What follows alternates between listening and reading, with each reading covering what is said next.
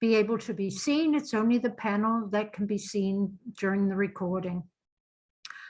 Another thing is that if you have questions during the presentations, then please write them in the question and answer section, because in a couple of minutes we'll be closing the chat. But as I said before, if you could be kind to just write where you're from, it's very interesting for us to know.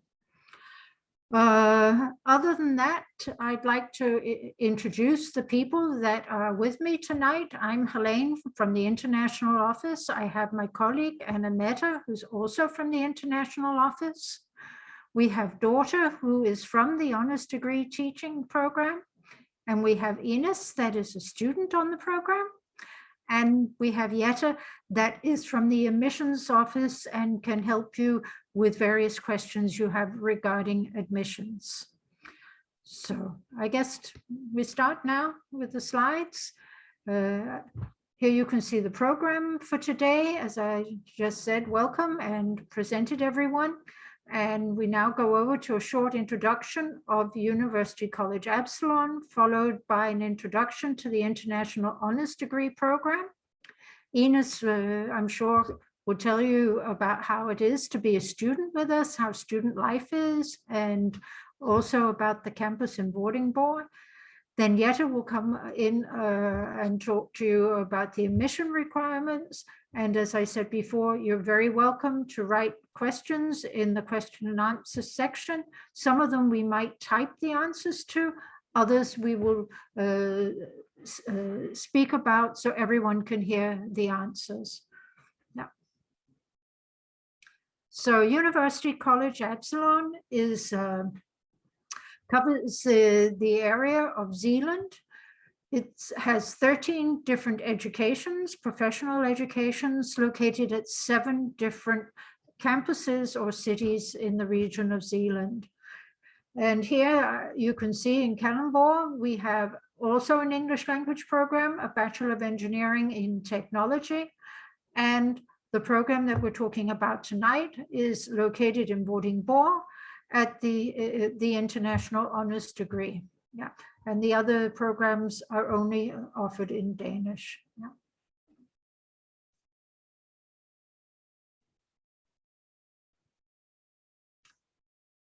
So now, Ines, if you... Yes, I will share now the rest of the PowerPoint. Okay, daughter's sharing, right? Okay. Okay, so my name is Ines. I am a 4th-year student at the International Honors Degree in Teaching. So now I'm going to be introducing first a bit of the study and then give you also more information about student life there. And then you'll be able to ask us questions about both. And afterwards, we'll also give you some information about admissions and just more practical information like that. Yes. Ines, are you able to change the presentation format so that it is shown as the slide fills the whole page? Yeah, but it's daughter sharing the screen. Oh, it's daughter sharing. If you can just press on the bottom right next to the zooming. Yeah, there's a little screen, daughter. If you press on that, then it should change the way it's shown. I'm not sure what you're asking me to. Or the top left from the beginning. Yeah. Just click on there, so it'll go full screen. From the beginning. Is that what we're talking about? Yes. So do you want me to do anything now? Yeah, it's not full screen yet. I think you should not have your hand in front of your mouth, Yeah. Ines. But it's not full screen yet. It's not full screen. No. It is in mine. Yeah, but it's not in anybody else's. So not now either. No. I stop here and I start again. I'm sorry. It's okay. So now it's not the full screen. No. Then try to press new share, and then I think you can choose the one that's in presentation mode. So is it ready now? Yes. It's fantastic now. I'm sorry. No all this problem. technology. Very much welcome to this presentation. And we have our very, very dedicated student, Ines, and she will go on now. Yes. Okay, we can start from the following one. Yeah. Okay, so an overview of our bachelor. It's a Bachelor of Education, and it's a 4-year-long bachelor. It counts as an honors degree, so you get 270 credits, a bit more than in a regular bachelor. And in our bachelor, you'll have the opportunity to specialize in 4 teaching subjects. You'll also have the opportunity to do 3 teaching experiences, one of these being abroad. You'll also have possibilities for international exchange, studying in other countries. And finally, you'll get classes that are characterized by having a high level of personal attention. Our classes are not too large, so you have more of a chance to have discussions and to talk to your professor as well. And they're also carried out in an innovative way using problem and project-based learning. Yes. So this is an overview of our 4-year bachelor, an overview of the different courses that you'll be doing. So it's 4 years long, meaning that you have 8 semesters. And the blocks that are in yellow are the mandatory blocks. So they're the ones that the courses that everybody takes, more of the general courses. And then the blue ones are specializations. And first, I'm going to talk a bit more about the general ones, the ones that are mandatory that you'll have. So in your first year, you have a course in general education. And here, this is a class where they prepare you, you learn about intercultural competence, about different religions, about ethics. So it helps prepare you to work in an international school. It gives you the skills required for it. Then you have pupils learning as well. And this is the first course in which you'll start learning about different didactic models and developmental psychology. So how to teach students, how do students learn. And then in your second and fourth year, you have general teaching competence in your second year. And here you dive deeper into these different learning theories, also used for planning your lessons. So you learn more thoroughly about them.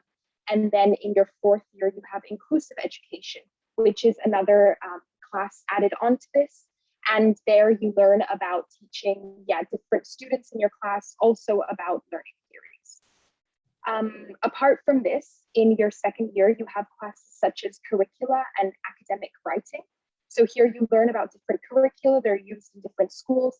And this is a great thing because you get to investigate specific curricula. And then in this way, you can also find out what kind of school you'd like to work in.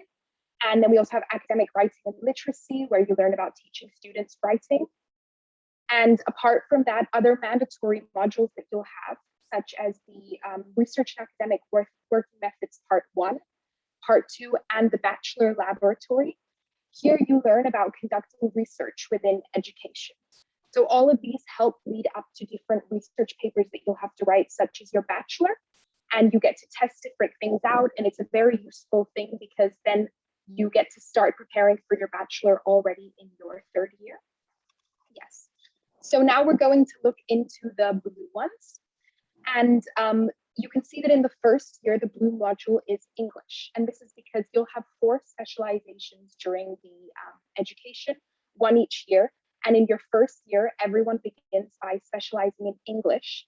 This is a mandatory specialization since you will be working at an international school, and it's quite possible that you'll be teaching English.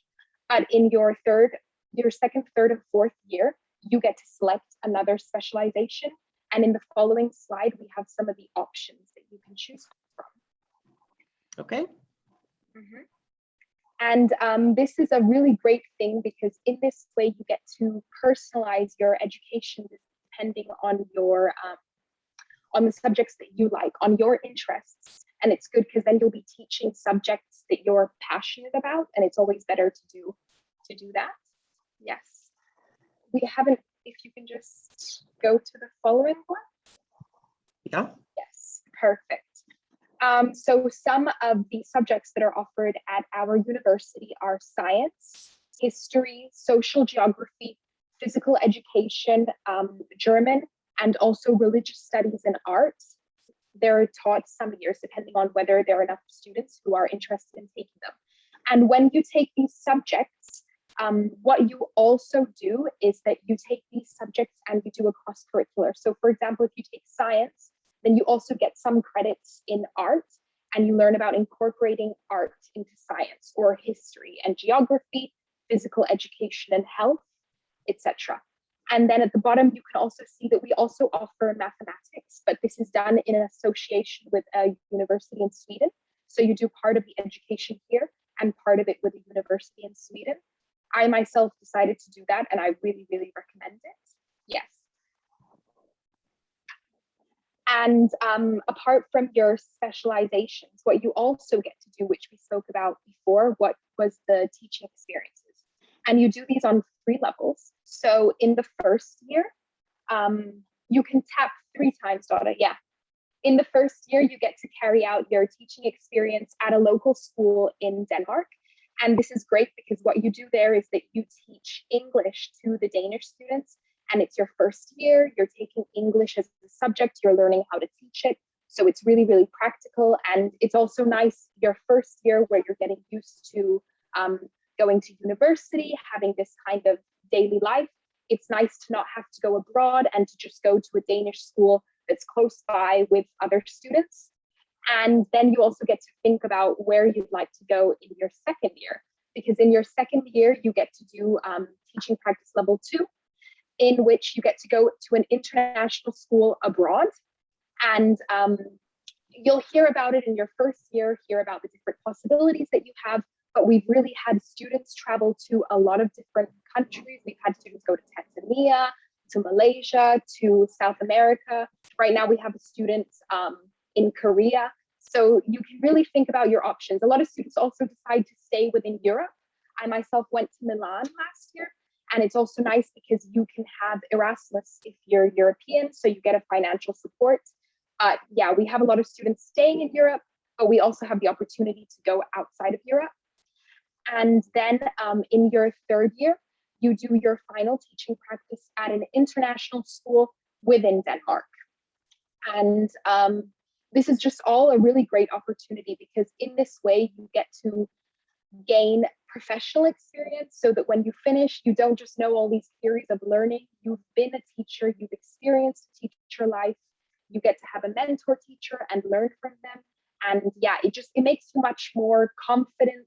It makes you feel much more prepared to graduate and enter a classroom as a teacher. Yes. And about the international exchange. So in order to graduate our degree with an honors degree, bachelor, you have to complete an international exchange during your studies. And this can be done as a semester abroad, in which you go to a university to study, or it can also be done as a teaching experience abroad. So you need one of these 2 experiences abroad. You can also have both of them. A lot of us, it's a great opportunity. So a lot of us do try to do both of them. But yes, and the teaching experience abroad is 6 to 8 weeks long. And then in the semester abroad, apart from the subjects that we already showed you as specializations, if there's another subject that you would like to specialize in that's not offered in our university, or if you would just like to experience studying abroad in another country, you're able to find a subject that you can take there. So, for example, we have students who go to Norway to specialize in outdoor education. We also have students who have gone to Holland to specialize in drama, or Barcelona for arts, Czech Republic for math. There's a lot of different options, and you're also able to arrange them if you know a university you'd like to go to. But in the next slide, we have a list of partner universities that you can go and study at. And this will also show you the spectrum of countries that you can go to. There we go. Yes, so here you can see Norway, Spain, Switzerland, the UK. We've had students go to Scotland, I think it was, to study religion. So yeah, there's a lot of options you can choose from if you'd like to choose a specialization, some subject that you're passionate about that's not offered at our university. And then apart from examinations in our university, one way that you are assessed is through a portfolio. And this is much more of a practical assessment and one that you can use as a teacher in the future. And basically what we do is we make a digital professional portfolio, and you collect data throughout your years. So from your teaching practices, you can collect different things, or throughout the year, if there's a very memorable lesson or some paper that you read, a research paper that really inspired you, you can collect this. And then when you present it, it sort of creates a coherence of the years throughout your course and shows how you progressed as a teacher. And this is also something that you can use if you go into an interview or something once you're applying for a real job, to show who you are as a teacher. And then a bit about student life. So our education is in the Vordingborg campus. And at this campus, we also offer Danish teacher educations and Danish pedagogue educations. So it's quite there's more than just the internationals at the university, and we try to create activities to bring everyone together, to create a social life there. And another thing about university in Denmark that's special is that with the project-based learning, there's a lot of group work. So even during your lessons, usually you create a study group, you can meet and talk about your readings, prepare assignments together, things like this. So the university is made in a way so that there's a lot of space for you to meet with your group and arrange different things. Then we also offer a Friday cafe. So on Fridays, almost each Friday, there's a social committee called Smooth. You're also able to join it if you'd like to. And they organize at a cafe at the university. There's different drinks, there's music. They also make theme nights, so you can have a quiz night, or if you come up with a suggestion, you can also do these things. And they also organize other events like parties or Halloween events, Christmas events. So it's really nice to join that committee, and you'll meet a lot of people, also the Danish people. And then apart from that, we also have different groups in the university that you're able to make, such as the school band, theater, there's an IT club. The internationals have also made a book club. So you're able to, bring up things if you'd like to make them. And they really encourage it to have more of a social life at the uni. And then there's also a lot of sports events, especially the internationals. They like to organize a lot of volleyball or ping pong at the university. Student dorms. So at the campus, there are student dorms. However, there's a limited amount of dorms. So there tends to be a waiting list when you apply. And here you can see some examples of the rooms. There's rooms of different sizes and also different prices depending on the size of your room. And then as well as that, in the following one, you can see that there's shared living spaces. So we have more rooms above, and then there's shared kitchens, shared bathrooms, shared living rooms. So you do live with others. This is a more affordable option to living in Denmark. However, there is a waiting list, but we encourage that you apply to the waiting list, because if you do get accepted, it is a very great living option.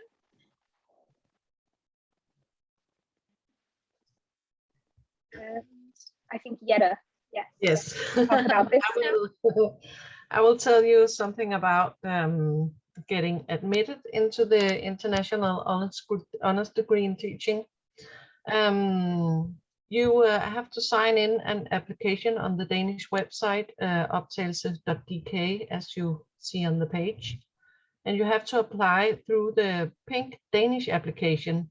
And we have a video guide in English and at our website that can guide you through the application site.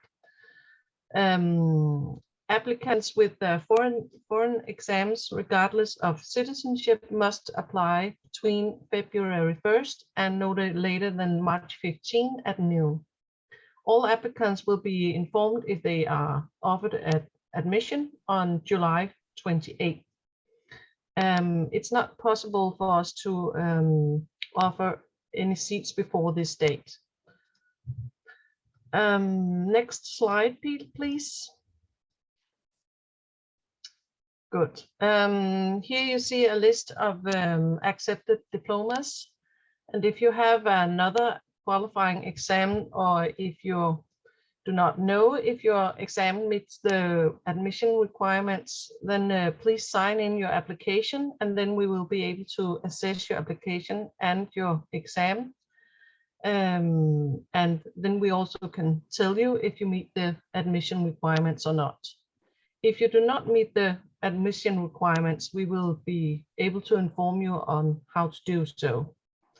The Danish ministry has a website that lists the accept foreign exams, and here you will be able to see whether your exam meets the admission requirements.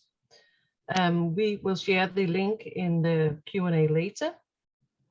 And we are not able to pre-assess whether you meet the admission requirements beforehand, and you have to apply for admission to be assessed.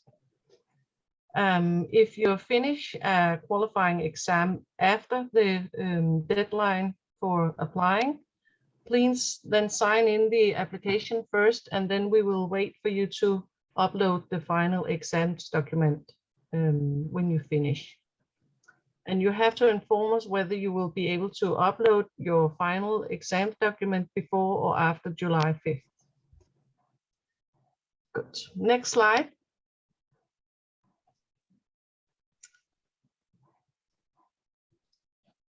Oh, maybe one back. Yes, thank you.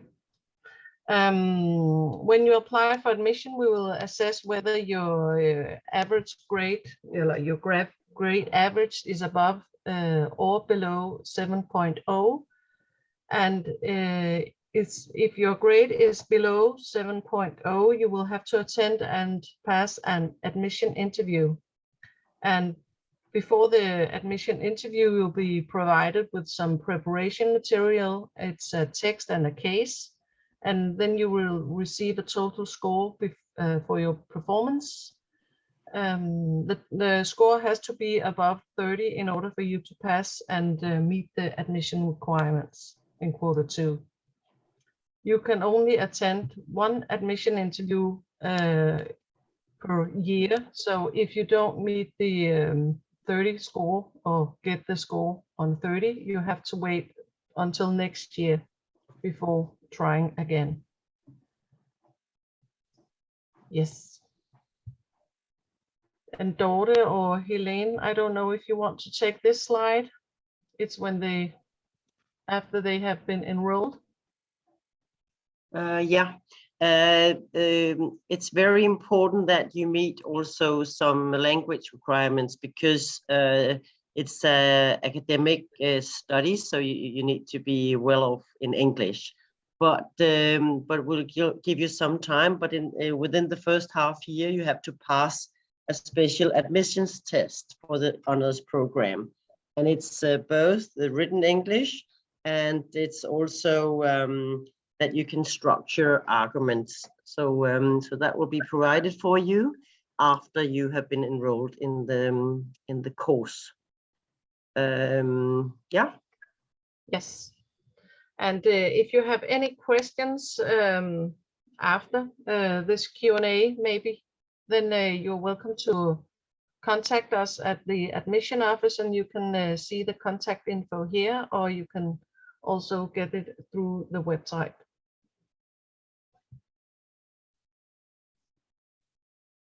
Yeah, it's very important, those cell phone numbers or the email here.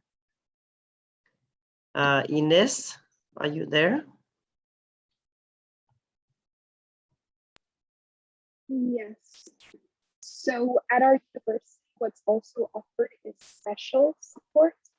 So, for example, if you have any impairments or any learning difficulties and you need special support in order to complete your education, then you can apply for this. And yes, for example, if you have dyslexia or mental or physical impairments, and then you'll be provided with different support such as IT aids, mentoring support hours, professional support teacher, and study support. And apart from this, we also have student counselor at our education. So if there's anything that you want to talk about, even if you don't think that you're someone who needs this special support, they can help you They're there to help you if you need help, for example, planning your schedule, or if you feel overwhelmed or stressed with anything to do with your education, or also during the year that you're transitioning and beginning there. It's something that is at the university, and you're very encouraged to use it if you feel that you need it.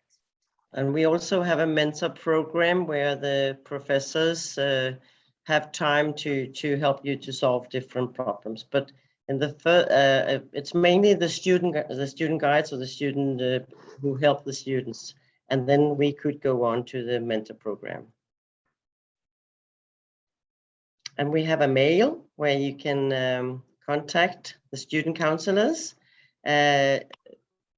It's the program. It's also for the Danish students, and this is not students sitting here. It's a student advisor, a lecturer who's in this office. But I think that will be after you have been enrolled that this would be interesting. So this is where you can find us on different devices. Of course, we have the website. And we have this this mail, the honors degree, where Ines is answering all the questions, all the mails that questions that you might have, and also, of course, contact Jette at the admissions office. And we also have a Facebook group, and that might be interesting for you to join that. There'll be lots of info regarding almost anything, and of course, we also of course, Facebook and what's called Instagram. Instagram. It's just like our prime minister; she couldn't remember the Instagram. So it would be easy for you to get to find out how we're working in Vordingborg. And this is also info because that's at the local education or the local campus in Vordingborg.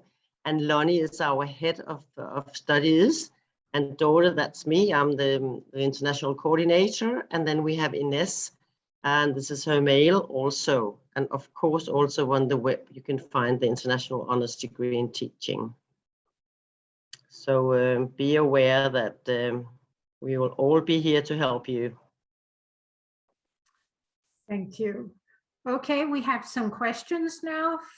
First of all, one of the participants would like to know something about accommodation costs and living costs in Denmark.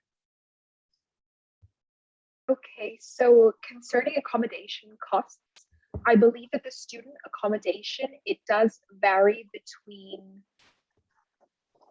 1,000. I don't know if it goes down to 1,500, but between that to 2,000 something. So in euros, it's around 200 euros to above 300 euros a month. And then if it was other accommodation, it is usually in Denmark around 500 euros a month, I would say.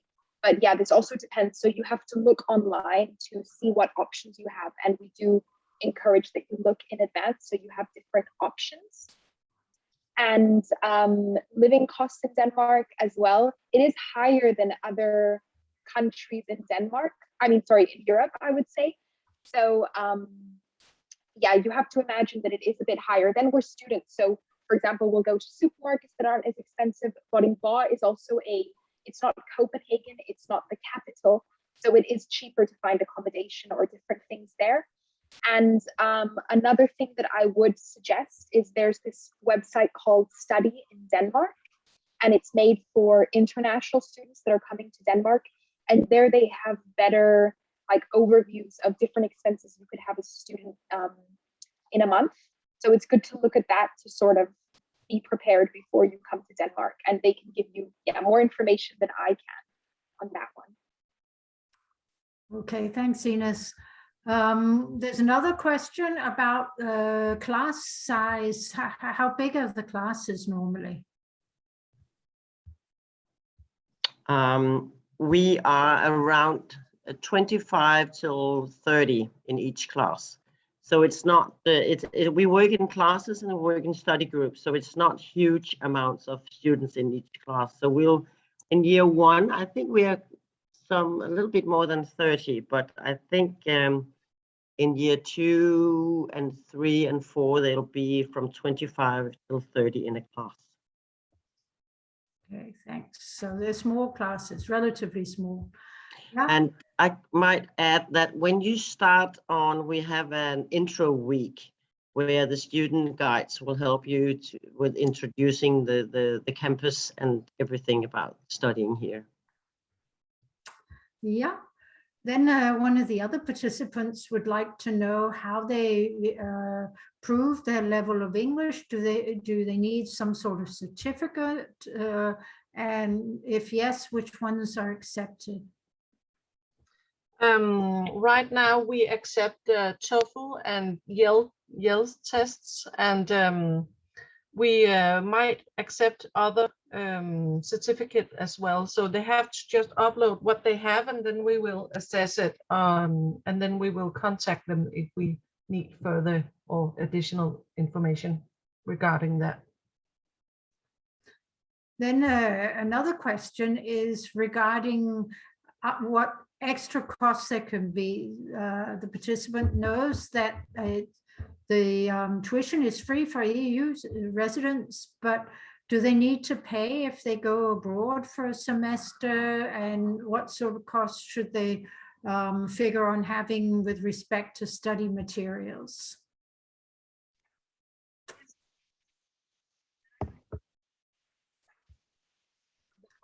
Go to your mute, yeah. Ines, you are muted.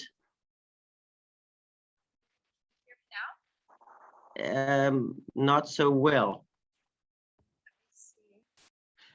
Otherwise, I can start when Ines. Yeah, now you're there. Okay, so for example, with study materials, you may have to buy certain books, but other books you don't have to purchase. You can find them online. We also have books in the libraries that we scan, or sometimes professors will upload things online. So it's not like there's so many books that you need to purchase during your studies. And then it also depends where you want to travel abroad. So you know what you can, like, you know your finances. You can choose to do your teaching practice within Europe, and then you can get the Erasmus grant, which will help support you when you're living there. And it's the same with doing an exchange. You can also apply for the Erasmus grant if you do an exchange. Then, for example, if you go to Asia or something, you won't have the Erasmus grant. So that's when you have to take a look at your finances and see if you can afford it. Yeah, but I think everyone makes theirs depending on their situation. But of course you need to pay accommodation and flights and staying there. So that can depend on where you go, how much that is. We don't have any special grants at university to cover that. Okay, thank you. Now there's a question about what age group are you qualified to teach when you're done with the education?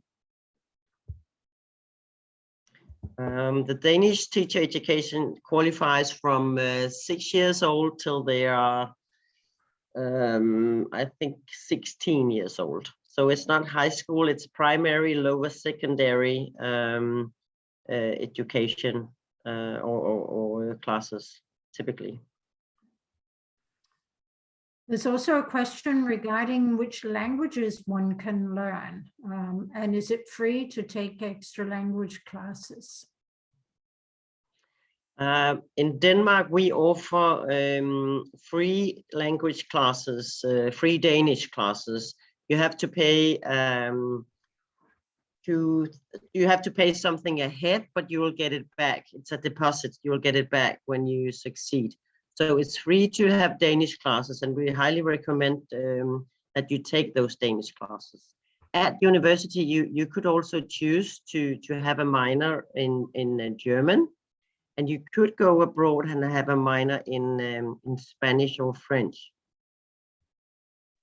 But I believe that you have to have prior knowledge within, like, you have to have proof that you know the language to a certain extent. Not the Danish, but if you go abroad, then you must have knowledge. But the Danish classes are on different levels, and that can also be total beginners. Right. And I guess this one is definitely for you, Ines, because it's what is student life like in Vordingborg? Is it a big city or is it calm? Yeah, can you describe a little bit more? It is quite a calm city. It's not big, but it's nice. It's by the harbor. It has a beach close by as well. So in summer, there's a lot of things to do outdoors, but it's not large. So when you do live there, the main social life that you will have is surrounding the university. But it's quite nice because there's also a lot of international students living on campus or living in Vordingborg. So that's the main social life that you have. And they really try to do things together, especially in winter. It's darker outside earlier, it's colder. So a lot of the times, even the university is open, like, yeah, all day, also when there's no classes going on. So they'll go in there, they'll organize maybe film nights. There's also a club at the university called the Hygge Club, and they prepare different events. I think every single week they try to do some social events, and especially the internationals like to join. And it's just a nice way to get to know other people, because when you are there, it's not a big city, so the social life that you have is within the uni, but it's like the internationals try to make a sort of, like a small international family there because of that. And then Copenhagen is just over an hour away. So other times, if you want to go, enjoy the big city or something, you're able to take the train directly there. Yeah. Thank you. And now maybe one for you, daughter.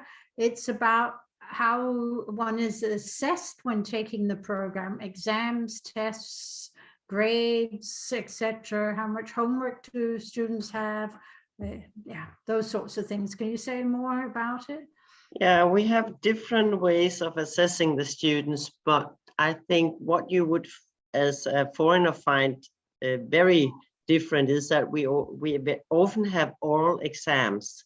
So we would like the students to reflect and discuss their themes rather than learning by heart and taking a questionnaire. So we have lots of oral exams where you discuss a theme or a problem statement or whatever with the professor and an external assessor and maybe a teacher from a school. So that would be for lots of students very different. But we, as I said, would like you to be able to reflect. So we have lots of exams or assessments, but it's in different ways. Often upon practical that you have been out at a school trying to teach pupils and do something and then work on it when you come back. Is that what you would say as well, Ines? That is different to lots of students. Yes, exactly. It's a lot about applying knowledge. So when the theories that you learn, it's not like you have to memorize them and take a test. You do written exams where you have a certain period of time, maybe weeks, or to prepare your written exam where you apply theories, and then later you discuss that paper at an oral exam. And it's nice because it has a lot to do with also authentic, real situations that you'd find yourself in as a teacher, and then you use what you've learned in class in those situations. Okay, thank you. And we just got another question in, and it's regarding whether or not it's possible to work and earn money while studying as a student. Is it easy to find jobs in the area? And is it doable if you think about that you also have to focus upon your studies? Yeah, I would say that it is doable. A lot of people do have a job on the side of their studies. However, I also would recommend what most students do is that they come first, they get used to the uni life, they get used to their classes and all, and then afterwards they start searching for a job. So I wouldn't come, with the expectations of finding a job immediately. So you should come, with enough, finances to have some time with the university. Also, Vordingborg, the students, I think the international students this year, they have found different jobs, some of them, but some of them also have to go all the way to Copenhagen to find a job. So But if you want it and you search for it, you can usually find things around the area. But as I said before, it's a bit small, so it's not as easy. Okay. But with time, I do think that once you've gotten used to your studies, you can organize yourself well, having a side job. Thanks, Ines. And daughter, one of the participants wants to know if there's mandatory attendance with respect to lectures, and if you don't show up, does it affect your grades? Yeah, it's mandatory attendance, of course. And we used to call it mandatory participants, that it's mandatory to participate in what's going on at university. And that might sometimes be that you hand in papers if you haven't been present in class. But of course, it's not an online study. It's not a distant study. Everything depends on that you are there and you are active student, and also in respect with your student bodies or with your groups. So you are there. So you cannot follow it from the distance and then work during the day. That's not how it's organized. What would you say, Ines? Yes, like I would say the same. And there are certain courses where it is especially important because maybe there are courses in which you don't have an exam. So they do look into attendance even more. And there's also specific classes where they will tell you this is really a mandatory class that you have to be here for. And also lecturers will check up on you usually if you are absent from their classes. You also work in study groups. So if you're absent from the class, that can affect your study group as well when you have to do assignments together. And someone else would like to know if there are any breaks and holidays. Lots of breaks and holidays, yeah. Of course, we have the whole summer off. The exam period ends in the end of June, beginning of July, and then we start off again in September. And then we have the classes during the autumn, and then we have some time off at Christmas, but we also have exams in the weeks before and after Christmas and in the new year.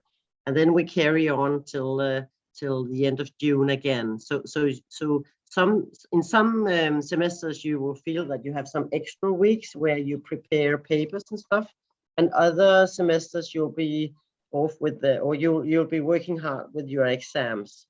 So it's not that we have of course Easter, we have the holiday at Christmas, but besides that we have a quite structured and full semester. Okay, thank you. And another question just came up. What's the general timetable for students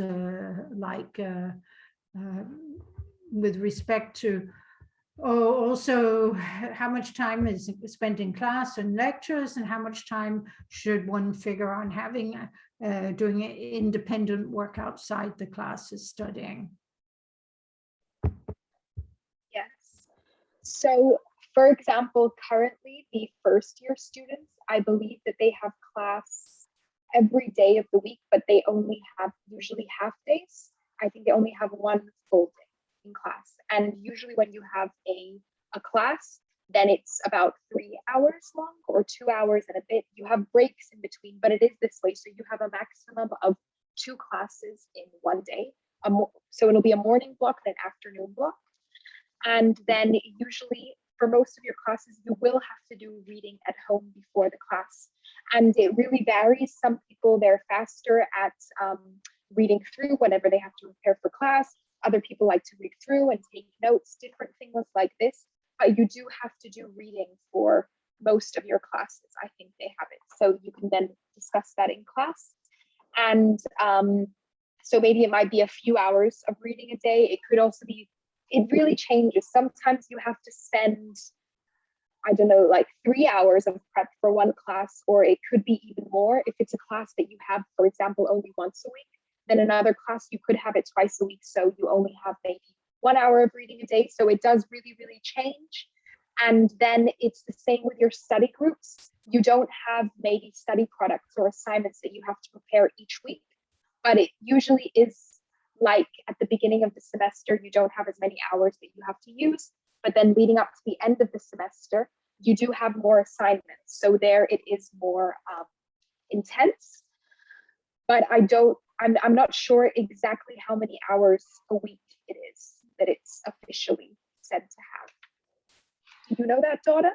Yeah, it's a full working week. So we talk about around 35 or 40 hours a week, and that also varies whether you are in teaching practice or teaching the whole day and studying or preparing classes at night. And some other times you only have half a day and nothing else in the afternoon. So but we say it's a full-time study. That's the main thing. Yeah, and another question just arrived about, do you teach about the psychological aspects and neuroscience and learning disabilities and children with different issues, ADHD, etc.? Course called Pupils Learning. There's some problems with your sound.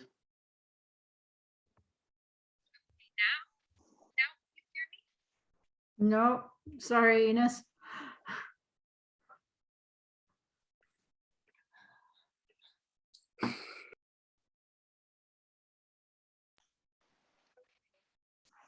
You still can't?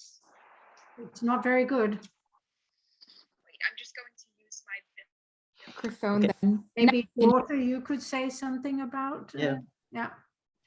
We have a course of special education which deals with children with all kinds of disabilities in class, but of course also in pupils learning, in didactics, in psychology related subjects. We discuss mainly the development of children and also when it's not as it should be, different disabilities.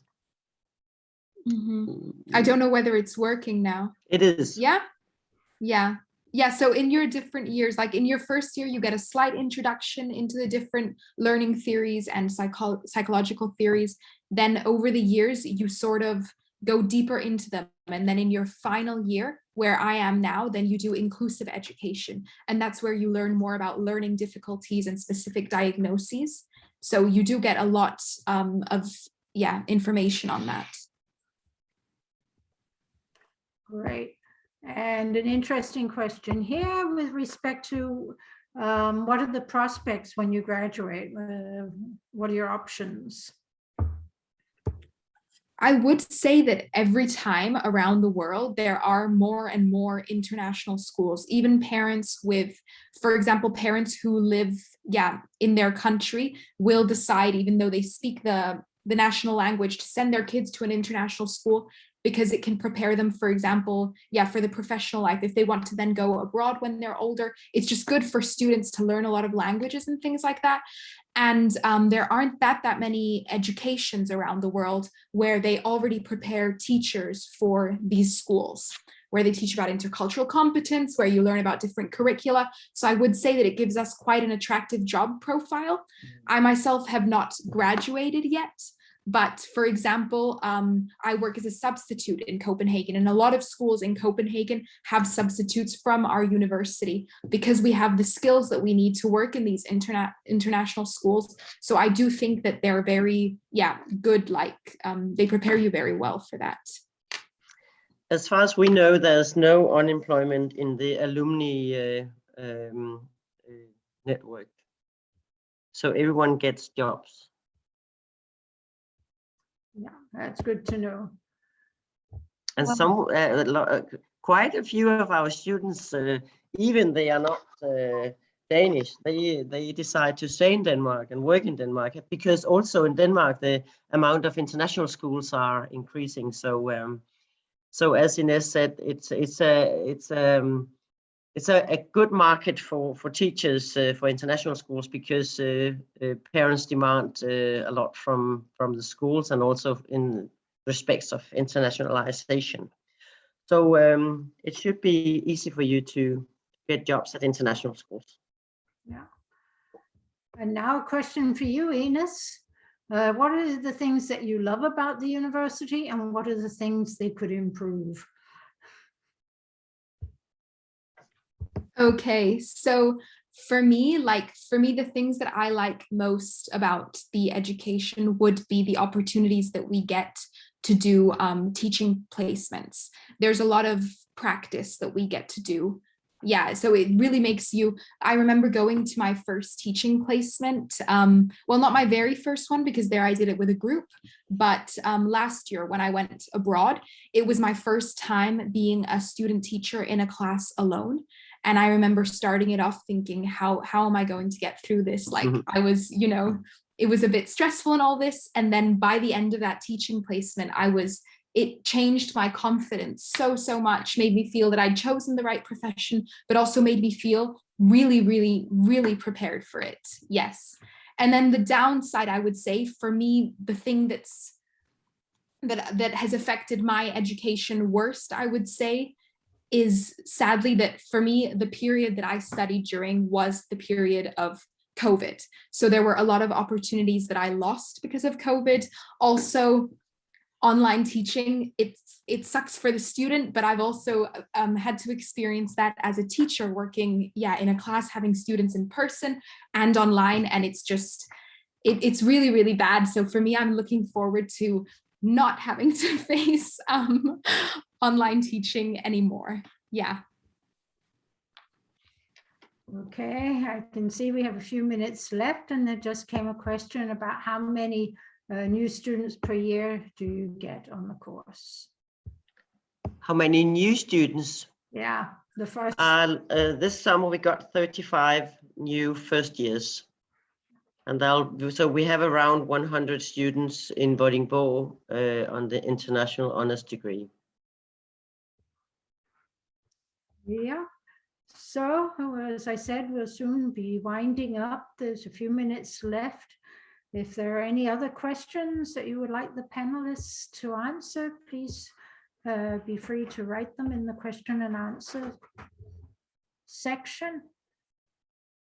And please get in contact with us if you have any questions, either Ines or the admissions office or me. We would like very much to help you. Okay, there doesn't appear to be any more questions coming in. So I'd like to thank all the participants for joining us this evening, and of course, my fellow panelists for answering the questions and presenting. So we look forward to welcoming you at Absalon in Vordingborg at the International Honors Degree in Teaching. Yeah. Thank you, and bye, everyone. Thank you. Bye-bye. Thank you. Bye.